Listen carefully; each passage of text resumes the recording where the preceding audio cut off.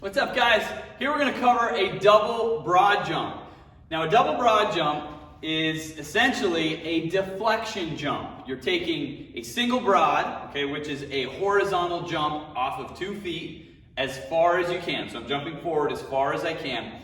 You're going to link 2 of those together, and you're going to do so by deflecting from one to the next.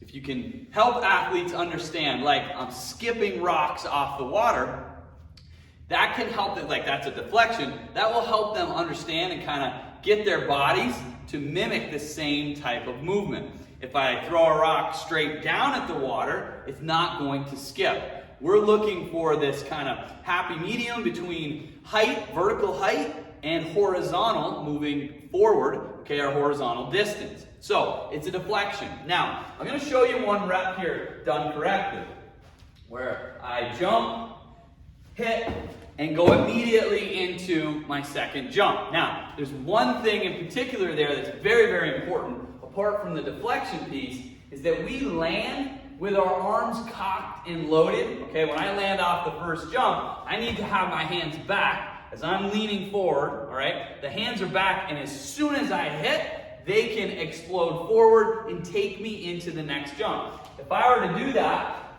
okay, again, my hands weren't ready, so I'm going to jump, my hands stay out, I landed, and now I have to wait for my arms to get into that second jump. Okay, that's going to lead to an ineffective deflection, and ultimately that wouldn't be a double broad, that would be instead just 2 broad jumps linked together, okay, but separate jumps. So, making sure that athletes get those arms moving in the air. So I drive forward and then they're immediately coming back, so when I hit, I'm ready to go.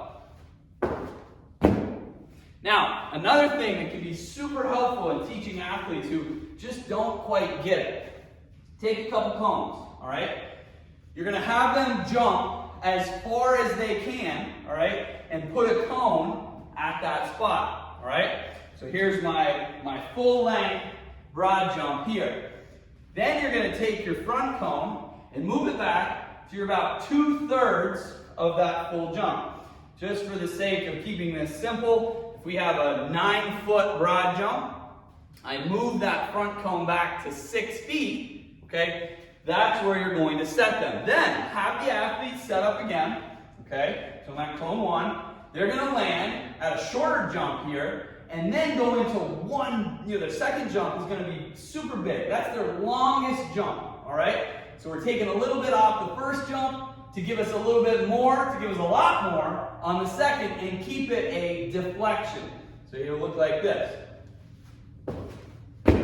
Then they would explode into that second jump. They're landing in a good position, their arms are back, they can hit, deflect, and go. All right, so both of those tips, the arms back and then setting up the cones, can be a great way to teach athletes and help them feel and understand, okay, what a double broad jump should look and feel like.